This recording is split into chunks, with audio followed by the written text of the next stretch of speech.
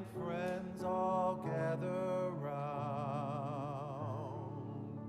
there's something I would say, that what brings us together here has blessed us all today.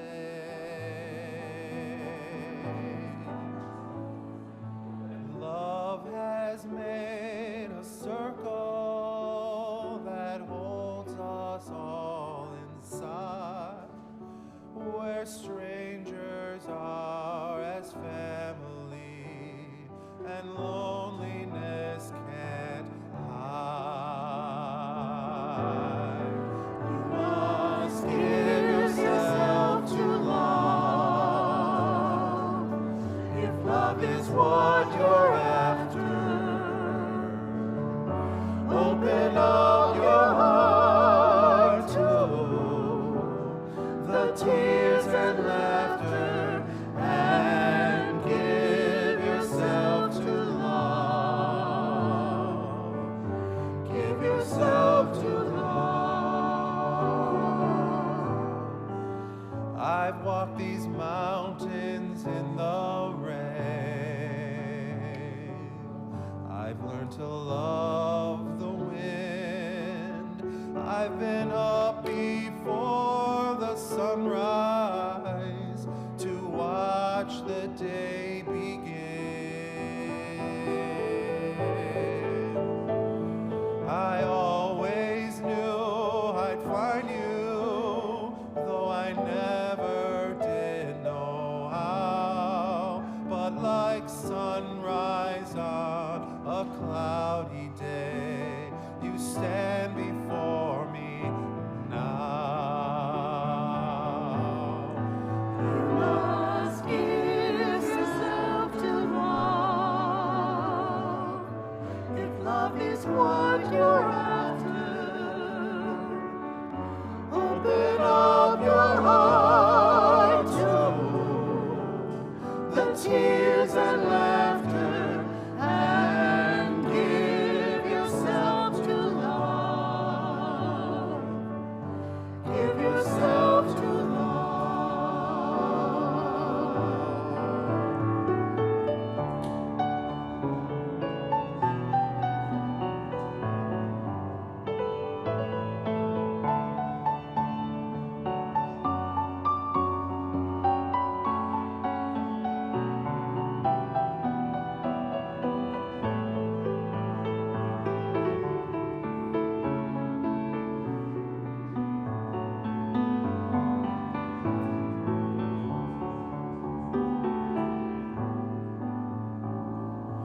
Love is born of fire. It's planted like a seed. Love can't give you everything, but it gives you what you need. Love comes when you're ready. Love comes when you're afraid. It will be your greatest teacher, the best friend you have made. You must give yourself to love, if love is what you're after. Open up your heart to the tears and laughter, and give yourself to love. Give yourself to love.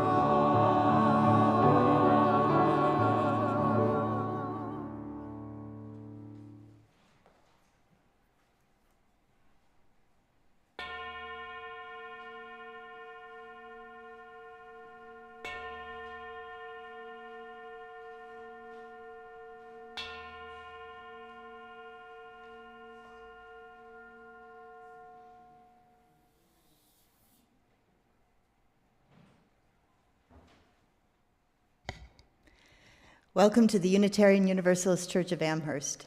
I'm Reverend Michelle Buheit, the minister of this congregation. My pronouns, which I offer to create a truly inclusive and brave space for all to live into the fullness of their identities, are she and her.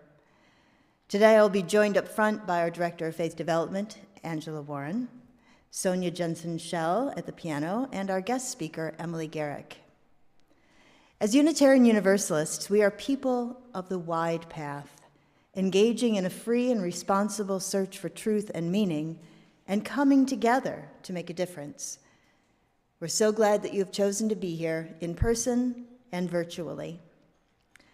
For those gathered in the chapel this morning, I invite you to put your phones on reverence mode, silencing them so that you and all may be fully present and free from distraction.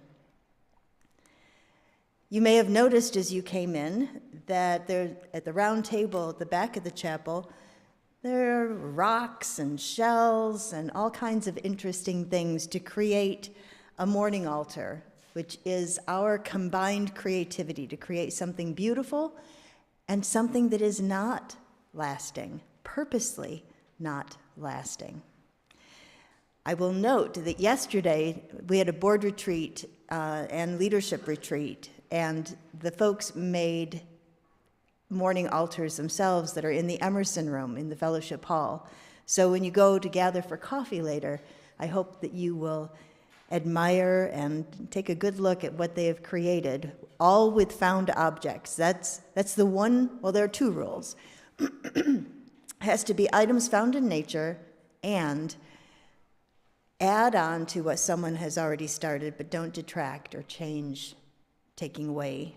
So it is definitely an exercise in beloved community.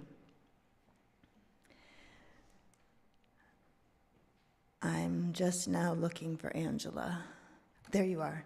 In disguise, right in front of my face. How dare.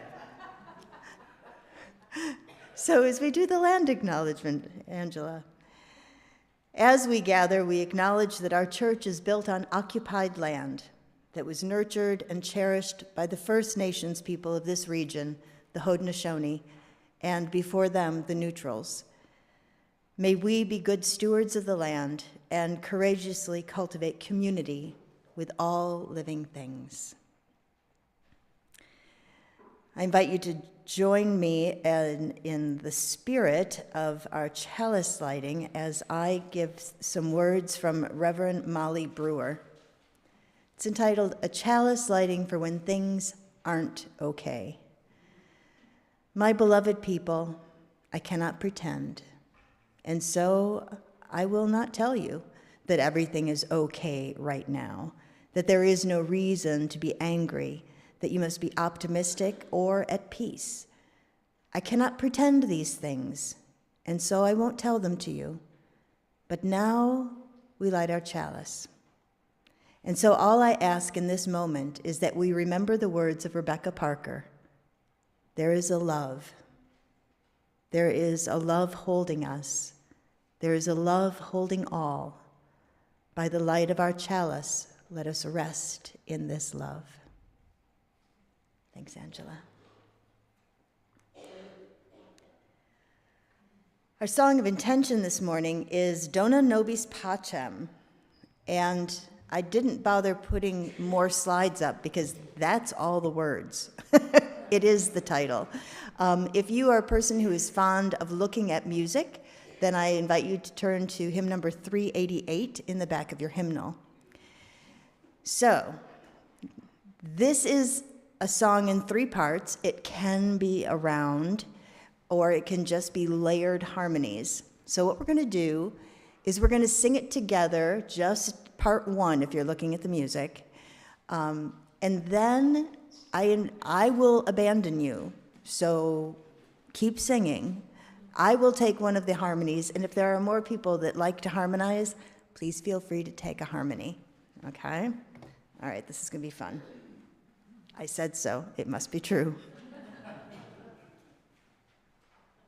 All right. Yes, thank you.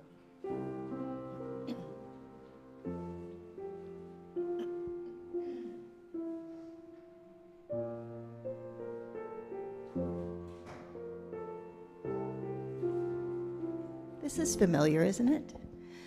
Dona nobis pacem, pacem.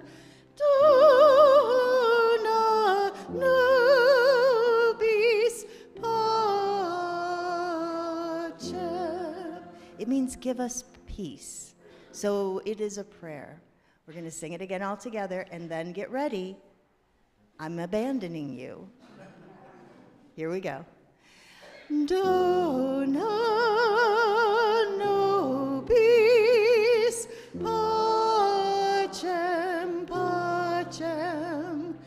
Dona nobis pacem.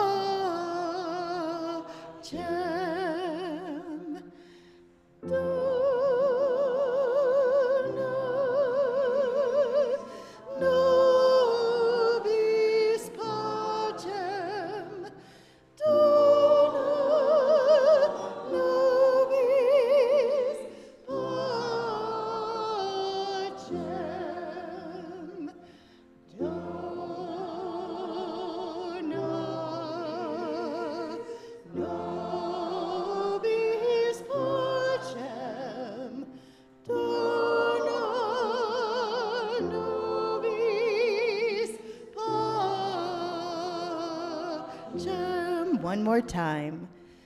Dona nobis pacem. Dona nobis pacem.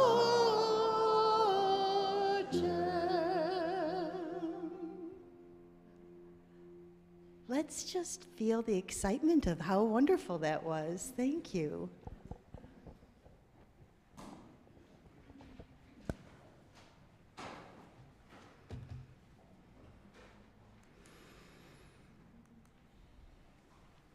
We are a beloved community, a gathering of people who have chosen to journey together, to encourage one another, and to be part of something important and life-changing. Because we aspire to be such a people, we make bold promises about how we will be with one another.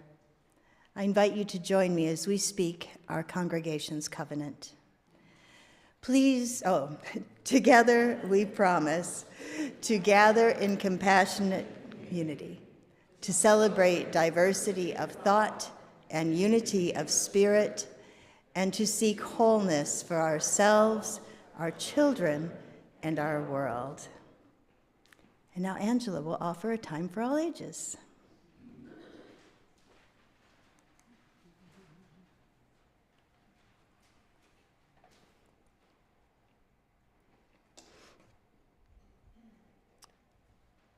This story is about a time when a group of Unitarian Universalists had to make a difficult decision together and needed to listen to each other.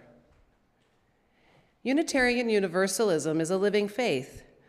We think that people should be free to believe what they must believe, the truth of their life experiences, instead of professing a belief in what we are told to believe.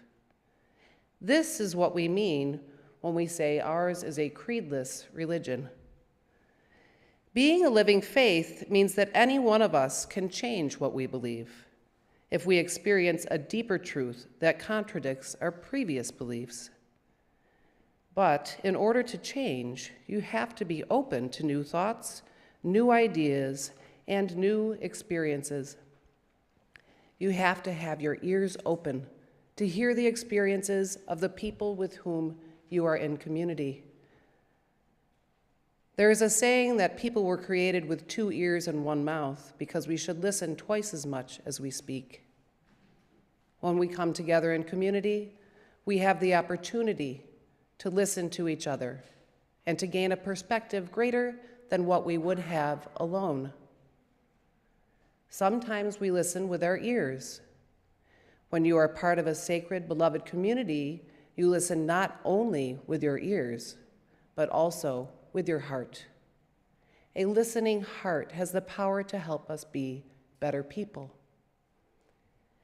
In 1948, most congregation and houses of worship in the United States, 1948, were segregated, separated by the color of their members' skin. Some were segregated by law, others by custom or by lack of actively trying to welcome and include all people. The First Unitarian Society of Chicago was one of these congregations. Although their church was located in a neighborhood with many African Americans, only whites could join, according to the written bylaws or rules of the church, and according to custom. The day came that many members began to believe that they needed to take action against racism if they really wanted to live their values and principles. The minister, the Reverend Leslie Pennington, was ready for this day and ready to take action. So was James Luther Adams. James Luther Adams was a famous liberal theologian and social ethicist, a person who studies religion, beliefs, and values. Dr. Adams taught at the Meadville Lombard Theological School, right across the street from the First Unitarian Society of Chicago, and he was a member of the congregation's board of directors, a leader in the congregation. Along with some others, Reverend Pennington and James Luther Adams proposed a change in the church's bylaws to desegregate the church and welcome people whatever the color of their skin. They wanted to include, not exclude. They saw this as a way to put their love into action. When the congregation's board of directors considered the desegregation proposal, most of them supported it. However, one member of the board objected. "Your new program is making desegregation into a creed," he said.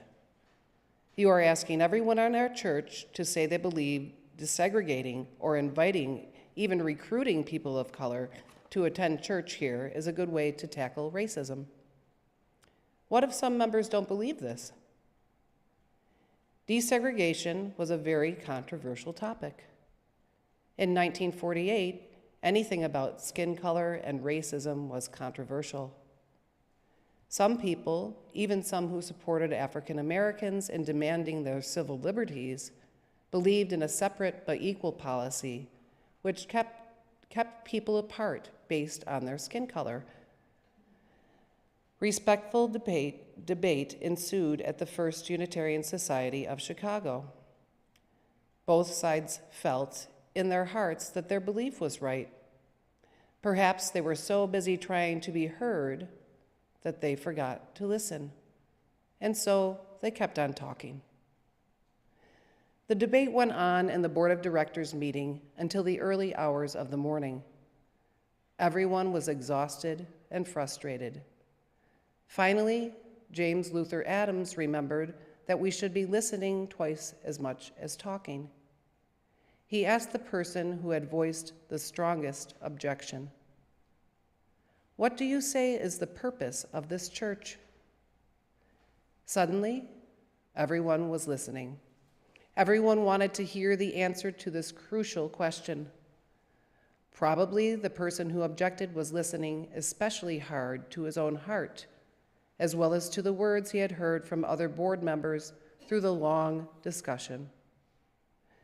The board member who opposed opening the church to people of color finally replied, "Okay, Jim, the purpose of this church is to get hold of people like me and change them." The First Unitarian Society of Chicago successfully desegregated. There are things that you know, and there are things that I know. When we are together and listening to each other with ears and with hearts, we know more.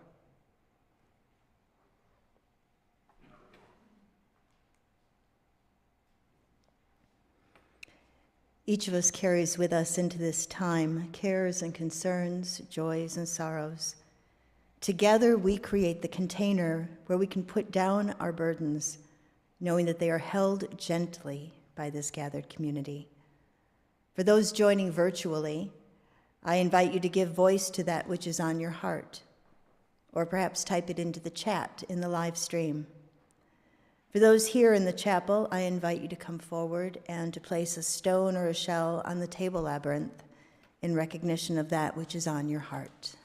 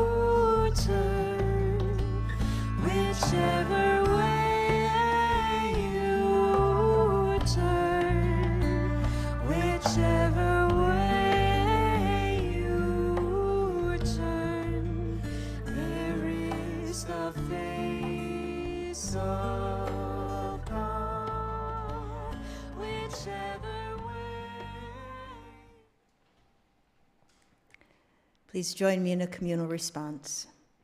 In this gathered community, we hold one another and the world in love. I'm very glad to introduce our guest speaker this morning, Emily Garrick. Emily is a middle school teacher in Jamestown and lifelong member of the Unitarian Universalist congregation of Jamestown, where she has also served as president. Les and I are longtime friends with her family, so it is with some pride that I welcome her to the pulpit of UU Amherst. Okay, I can't resist. I've known Emily since before she was born. I still receive the Jamestown newsletter, so I was intrigued when I saw the title of this sermon, offered earlier this summer there, and I asked Emily if I could read the text.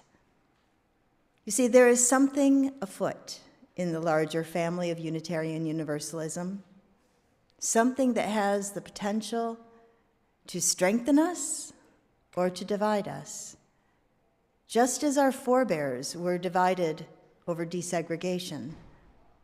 Emily's thoughtful reflection clearly presents the issues and puts the responsibility exactly where it belongs in our covenantal faith, in all of us. This could very well be the most important sermon you hear this year. Listen with your heart. No pressure. Emily, if you'd like to take the pulpit. And if you're comfortable, you can take off the mask so I can hear you well. Ooh, good morning. It's good to be with you all today. My grandfather, Philip William Schlick, was a minister in the United Methodist Church. I'm not a Methodist per se, but I do keep tabs on them. My dad's family are all Methodists, and I've been to a lot of their services. I have a particular love of the United Methodist hymnal. There's some good stuff in there. And I've inherited some opinions about communion that don't have any particular relevance to my own spiritual practice. It's a relationship I never expected to have with any branch of Christianity as someone who was raised a Unitarian Universalist. But for some reason, I find it comforting and familial. The United Methodist Church is like a kindly aunt to me. I don't always agree with her, but I love and respect her anyway. And then there's her ex-husband. After years of fighting, the United Methodist Church announced in April that they will officially split into two denominations. Retaining the original name will be the churches that support raising members of the LGBT+ community to clergy positions within their faith, as well as sanctifying same-sex marriages. In the coming months and years, each individual church will have the choice to remain in the United Methodist Conference or to defect to the newly created Global Methodist Church, which will not permit same-sex marriage or ordain gay clergy members. I find myself jumping for joy to know that these more liberal, mostly US-based churches have finally managed to change the narrative, and that they will no longer have to perform marriages and ordinations in open defiance of the larger church governing body. However, at the same time, my heart also breaks for them. A spiritual divorce of this magnitude cannot be easily achieved, and even though I know it's for the best, it will certainly be hard on those affected. Up to now, the United Methodist Church was perhaps the only major Protestant denomination in the United States not to have gone through a schism of one sort or another. Which brings us to Unitarian Universalism. At only 61 years old, we may already have a schism of our own on our hands if we aren't careful. Unfortunately, our differences of opinion cannot be as easily explained and do not fall as clearly along moral lines as should we let gay people get married or not. And as a result, I fear that the potential split in Unitarian Universalism is little understood except by those who go looking for answers. I'm going to attempt to lay out some of the major arguments today. If you're new to Unitarian Universalism or new to thinking about the internal politics of our faith tradition, I will do my best to explain as I go, but know that it's a lot more complicated than I probably have time to get into today. If you listen to the phrases that you use to talk about ourselves, it will quickly become obvious that we are an opinionated group of people. You might have heard, for instance, that leading a UU church is like trying to herd cats, or that anywhere you find at least 2 UUs gathered, you can get at least 3 answers to your question. We love talking and debating, digging deep into complicated subject matter, and exercising our right to vote. We employ a system known as congregational polity, or congregationalism, which holds that every individual church is autonomous, but that we can come together in a democratic assembly to make decisions that affect all member congregations. Lots of Protestant churches use this system. Congregational polity can make it difficult to get things done at the regional or national level, especially for organizations such as Quaker yearly meetings, which rely on a consensus-building model for their governance. The Unitarian Universalist Association uses a delegate system, in which each congregation sends delegates to vote on association matters. It's not a perfect system, but it is mostly functional. But not everyone is happy with the way we do things. One dissenter, now disfellowshipped UU minister Todd Eckloff, was the subject of a huge kerfuffle in 2019 when he released his pamphlet, The Gadfly Papers, 3 inconvenient essays by one pesky minister. In it, he argues against the direction that UUA has been moving for the last several years. Eckloff's first inconvenient essay, The Coddling of the Unitarian Universalist Mind, is not surprisingly heavily based on the 2018 book, The Coddling of the American Mind by Greg Lukianoff and Jonathan Haidt. Both the original book and Eckloff's UU fan fiction of it take aim at the growing culture of safetyism, that is, the concept of emotional safety, identity politics, what they call concept creep and linguicide, a familiar argument from the field of prescriptive linguistics, which holds that we should not allow word meanings to change over time, political correctness and call-out culture, and the concept of microaggressions. Specifically, Eckloff argues that the shift in culture within Unitarian Universalism toward asking people to self-monitor their language and try to be careful about what they say so as to not offend others is causing more harm than good in our organization. I can't say I haven't experienced exactly what Eckloff is talking about myself.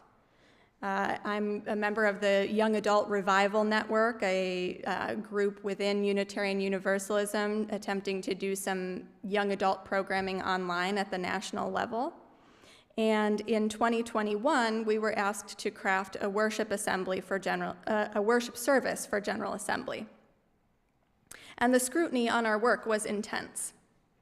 We had to present a full script ahead of time, documenting every word we planned to say in the service, and then went through rigorous edits. My own work was revised extensively by a member of the Disability Caucus, who asked me to change several phrases to make them more inclusive.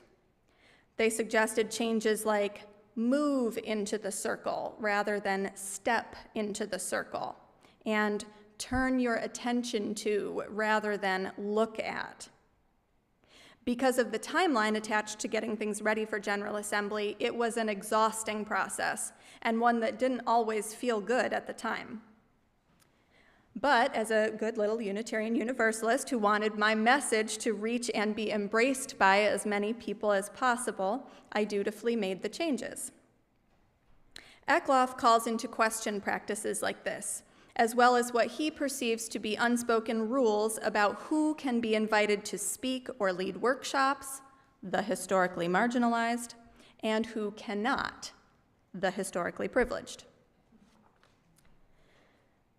The second essay in the Gadfly Papers is titled, I Want a Divorce, a case for splitting the Unitarian Universalist Association. Many people over time have complained about what they call a spiritual flatness at the core of Unitarian Universalism, and others have proposed a host of possible things with which to fill that need for something more.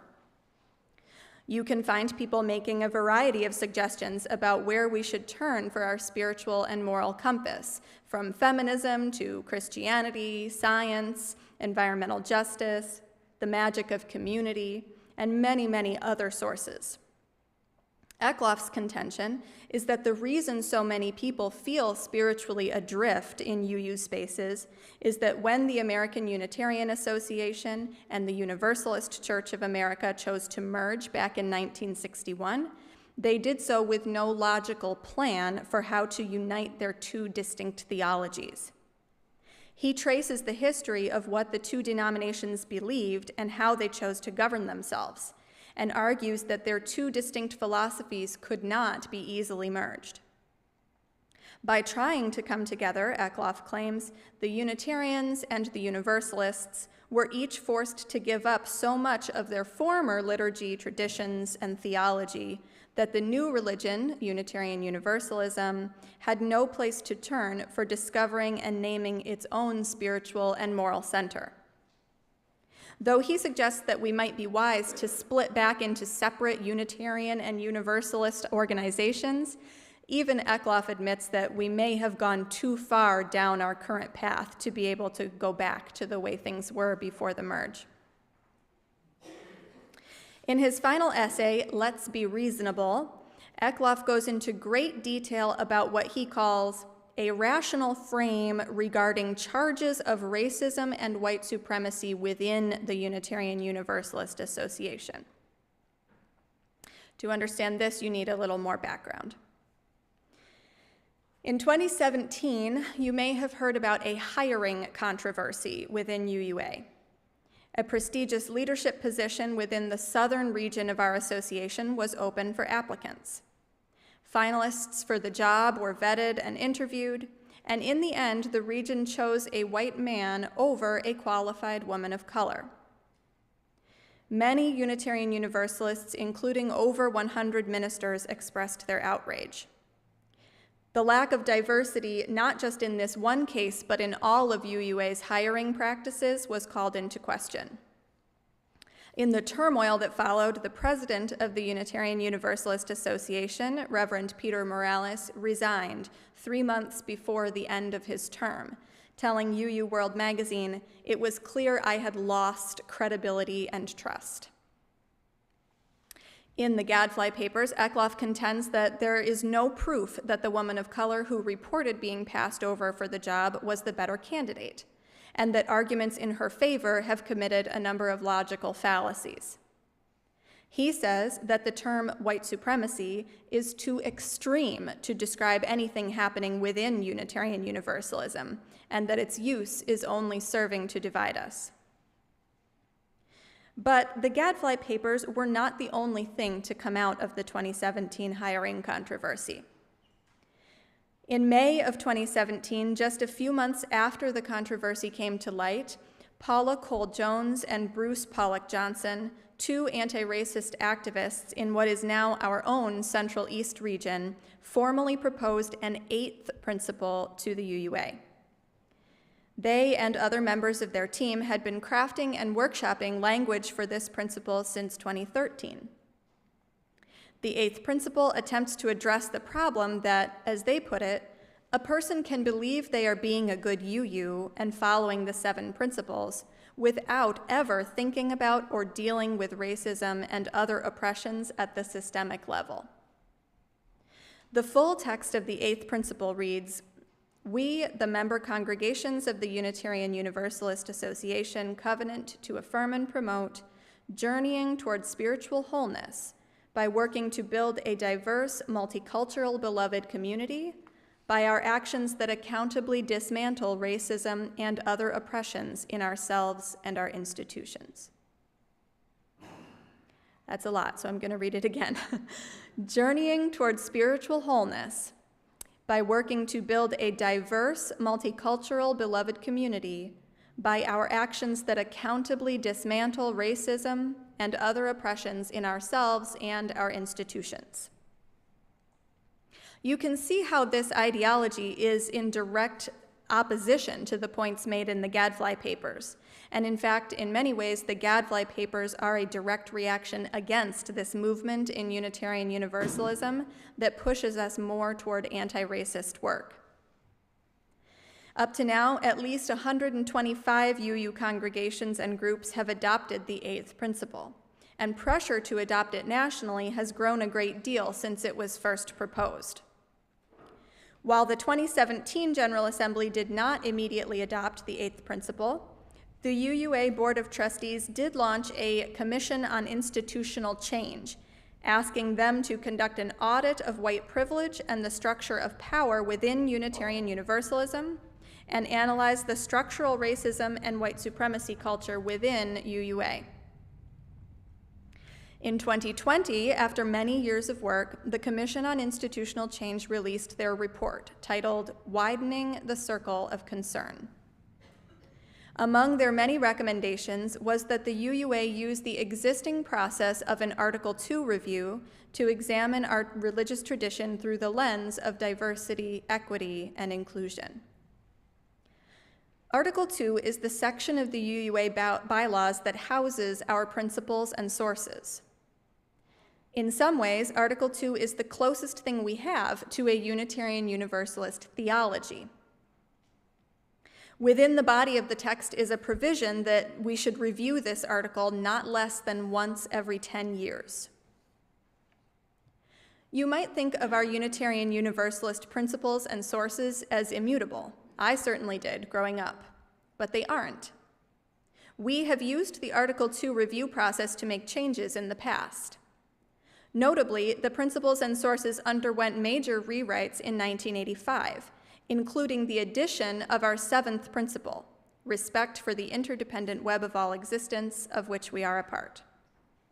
So on receiving recommendations in 2020, UUA launched an Article 2 study commission, which is engaged in ongoing work right now to analyze our principles and sources through the lens of equity, hear from UU members and congregations, and ultimately make recommendations about the future of our principles and sources. They are charged with reviewing all of Article 2, but many people expect that the proposal to adopt the 8th principle, or a version of it, will be part of those recommendations when the Commission makes its final report this spring at General Assembly 2023. Incidentally, GA 2023 is a little more in our neck of the woods. It's going to be in Pittsburgh, Pennsylvania this year, which is a lot closer than the last one in the Pacific Northwest. And it's a big one. It's a presidential election year, so we're electing a new president of the UUA, of our organization. However, as I did research to try to deepen my understanding of these topics, I came across report after report about the history of racism within Unitarian Universalism. And the reports seemed to be doing what a colleague of mine calls admiring the problem. We as an institution vowed to root out and end racist practices in 1841, and again in 1963, and again in 1968, and 1983, and 1992, and 1997, and 2005, and 2017, and 2020, and on and on and on. Now, you might say, isn't it inspiring to know that our faith tradition has been fighting racism for decades? And yeah, it is inspiring. But to that I would say, let me read you a quote from the 1983 report, Empowerment, One Denomination's Quest for Racial Justice from 1967 to 1982. It says, "The history of institutional racism in the Unitarian Universalist Association and its predecessors, the Unitarians and the Universalists, can be summarized succinctly. The more things change, the more they stay the same. It is true that the pages of American history are full of the courageous and inspired acts of individual Unitarians and Universalists who opposed the slave trade, supported the abolitionist movement, played daring and effective roles in the Underground Railroad, worked to better the lot of former slaves, and gave their all to the civil rights struggles of recent times. Yet the institution, the denomination and its Unitarian and Universalist predecessors, has been unable to act effectively and frequently has been unable to even condemn injustice through an official stand. Those peculiarities of institutional character that exist today are historic. The emphasis on individual belief as opposed to corporate credos and the widely touted tolerance for the opinion of others, these tenets have made institutional action impossible in many situations." And all of these reports read about the same. Unitarian Universalism acknowledges our complicated history around race relations, which includes both things we can be proud of and injustices we need to make right. We resolve to engage in anti-racist work within our organization and to do everything in our power to make reparations, uplift the voices of the marginalized, and work to change our culture from one steeped in whiteness to a multicultural, beloved community. But we don't ever seem to do it. This is where that pesky concept of congregational polity that I mentioned before comes into play. Congregational polity, remember, means that each church is technically independent, and our association is a loosely binding relationship that has little authority to enforce change on local congregations. Congregational polity is what led to a deep rift within Unitarian Universalism in 1963, just 2 years after the denominations merged, when the delegates at General Assembly failed to pass a non-discrimination rule for church membership. This is what we were hearing about before in the Story for All Ages. The argument being essentially that if we force churches to allow Black members, we are interfering with the right to autonomy of each individual church. Congregational polity is what has led us to adopt resolution after resolution vowing to make changes, but has not created an environment where those changes are seen as mandatory by our member congregations. Congregational polity is also what allows Mr. Eckloff to continue preaching as the minister of the UU Church of Spokane, Washington. Despite being disfellowshipped by our organization after publishing and promoting his Gadfly Papers and the views espoused within them, Mr. Eckloff's congregation wants to keep him around. They don't care that he has been disfellowshipped by UUA because, under a system of congregational polity, they get to decide who leads them. Now, many members of the Spokane Church did rescind their memberships after the Gadfly Papers brought controversy to their church, but more have stayed. The latest effort by these Gadfly acolytes is something called the Fifth Principle Project. They claim that UUA is no longer a democratic organization and claim that they seek to restore our fifth principle as the governing principle of our denomination. Naturally, they oppose any revision of the current principles and sources, promote the concept of meritocracy, and use the threat of an eroded democracy to push their own agenda, an agenda which specifically opposes the focus on anti-racism that has characterized UUA culture for many years. What's more, they continue to give Mr. Eckloff a platform to discuss his ideas, despite the toxicity he has brought to the faith. At General Assembly 2022, last June, one of the tactics being employed by the Fifth Principle Project was using the provision of nominating candidates by petition to put forth candidates that support their platform. One such candidate campaigned for a seat on the UUA Board of Trustees on the platform that younger and/or marginalized identifying members of our faith, those who have been most in favor of anti-racism, should form their own religion. To my knowledge, none of these candidates, Gadfly candidates, have yet succeeded in earning the seats that they campaigned for. So by now, I'm sure you realize that I have picked a side. I believe the Gadflies will eventually be considered to be on the wrong side of history. I support the adoption of the eighth principle, and I think the work of dismantling oppressive systems is the spiritual richness that so many people crave from Unitarian Universalism.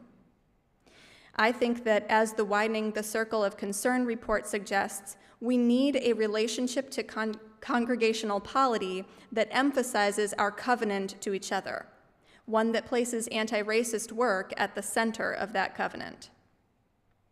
We need individual Unitarian Universalists as well as UU churches and organizations to engage in self-reflection, make reparations as they can, and center the voices and leadership of people of color. And we need to put our money where our mouths are by enacting practices that will lead to more diversity in our hiring, as well as funding ministries geared toward youth, young adults, and historically marginalized groups. Now, this is the part of the sermon where I admit that the title was a little misleading. The upcoming schism in Unitarian Universalism and how we can prevent it. To be honest, I don't know how we prevent something like this from tearing us apart. It may already be too late to avoid. The arguments going on within Unitarian Universalism very closely parallel the arguments among members of the American political left. And in some ways, that means the whole thing is much bigger than us. But even if it hasn't touched your congregation here in Amherst yet, that doesn't mean it won't. You need to decide as a community what side you're on. And it might not be as simple as picking one of the two sides that I've laid out here today, or it might be that simple. But to quote aspiring UU minister Karishma Gottfried, yes, your Unitarian Universalist Church is going to lose people in the next few years. It's a matter of who. The people of color, trans people, disabled people, and allies in our communities who are tired of fighting with their spirits and lives for the Unitarian Universalism we know and love, or those who cling to privilege and comfort and demand to be centered in our faith. I often wonder how my grandfather, the Methodist minister, would approach the schism happening in the Methodist Church today. He performed my parents' wedding ceremony, but if he were still alive, would he have risked his job to perform the wedding of his oldest son to another man? Whatever the truth, I know what I would have wanted him to do. I would want him to defy dissenters by doing what was right. I would want him to uplift the marginalized and support a more inclusive church. And that is the energy I want to bring to Unitarian Universalism. One day, I want my grandchildren to look back at me and know that I did everything in my power to make a better world and a more inclusive, beloved community. Thank you.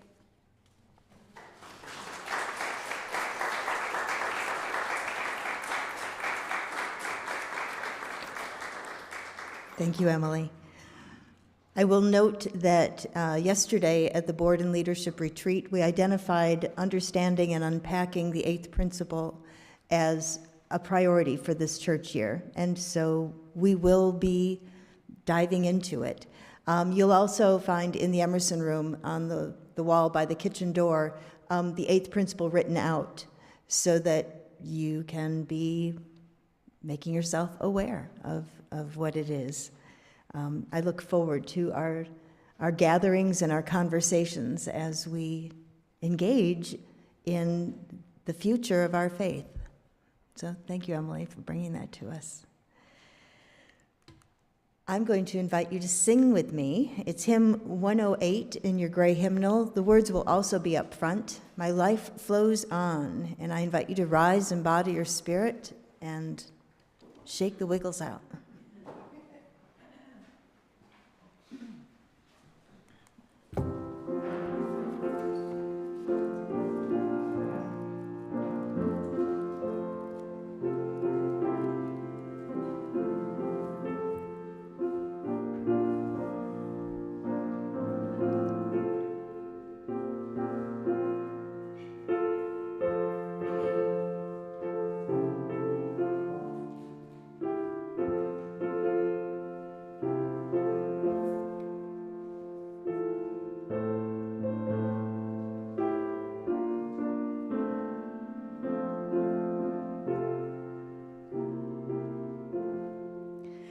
My life flows on in endless song above earth's lamentation.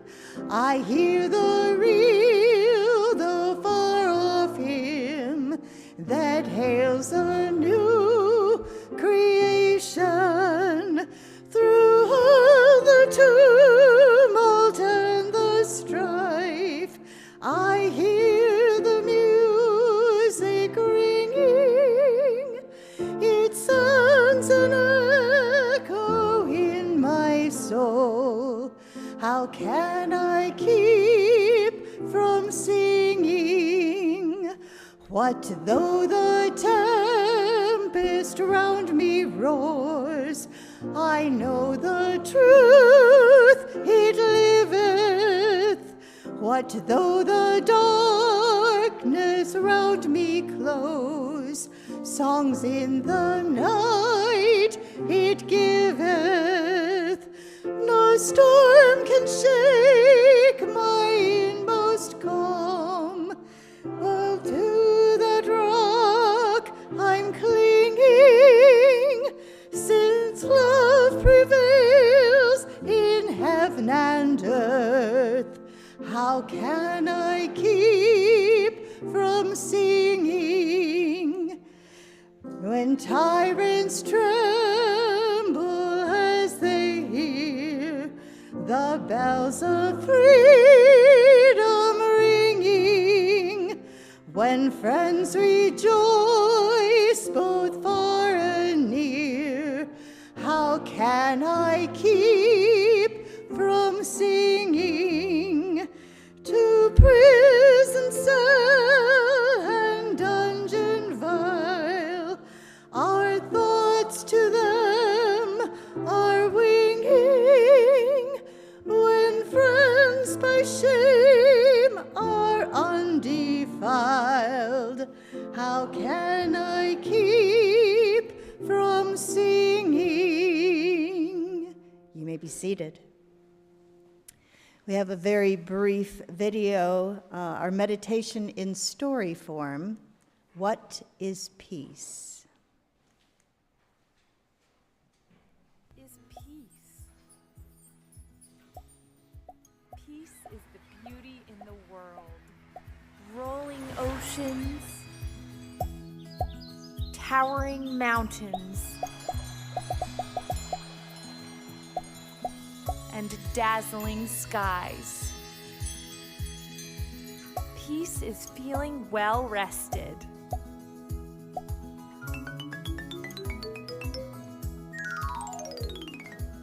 Peace is eating healthy food and feeling full. Peace is reading an amazing story. Peace is knowing you are one of a kind. Peace is making a friend. Peace is when you forgive others. Peace is having wishes come true. Peace is accepting those who are different from you. Peace is having someone to love. Peace is kissing your family goodnight. Peace is feeling calm in your heart. Peace is what we need. What does peace mean to you? Thanks so much for watching. Click that red subscribe button below so you never miss a new video from the Backyard Menagerie. All right. A little plug, right? Before we go into the closing portion of our service, I share with you some words from Maureen Killeran. No matter how weak or how frightened we may feel, we each have gifts that can make a difference in the world. In this coming week, may you do at least one thing to support the broken, to welcome the stranger, to celebrate what is worthy, to do the work of justice and love. Be strong, be connected, each day act so that you may be a little more whole. Our service is drawing to an end, which means our service to the world is ready to begin. So let me tell you about some opportunities to connect and to serve in the days to come. I remind you that there is a reading group will be meeting on Friday evenings in October, studying Gareth Higgins' book, How Not to Be Afraid. On the glass wall in the lobby, there is a sign-up sheet, and so I invite you to sign up. You'll find more information on our website and in the newsletter and in 6 or 7 other places. So today, the free room. Oh, what is the free room? During the Living Green Festival, our clothing ministry folks and their auxiliary team created a free room in our faith development wing. They are hoping to have you take some of these wonderful treasures home with you. So the free room is in the faith development wing, which if you take a left out of the chapel, then you'll find signs that will take you up there. There are stairs, so if there's a mobility issue, maybe you can tag someone to look for something special for you. And I believe in the Emerson room, there might be some things that could be costumes for the coming holiday. I think there was a rumor of that, I don't recall. And one of my favorite ways for you to connect and participate is to join with us in supporting the work of this congregation. You support it with your love and with your service and with your financial gifts as well. There are many ways you can give. There are baskets at the back of the chapel for gifts today, or you can go to our website and click on the giving link, or you can text your gift because we are that cool now. So I don't know how to do it, but we are that cool now. So let us close our service as we sing together. Please rise and body your spirit as we sing our blessing to one another. Travel light and travel easy till I see you once again. Travel light and travel easy, and remember I'm your friend. May the road rise up to greet you as you leave your past behind. I will think about you gently, and I'll hold you in my mind. Sing to one another. Travel light and travel easy till I see you once again. Travel light and travel easy, and remember I'm your friend. Remain standing as we extinguish our chalice. We extinguish this flame, but not the light of truth, the warmth of community, or the fire of commitment.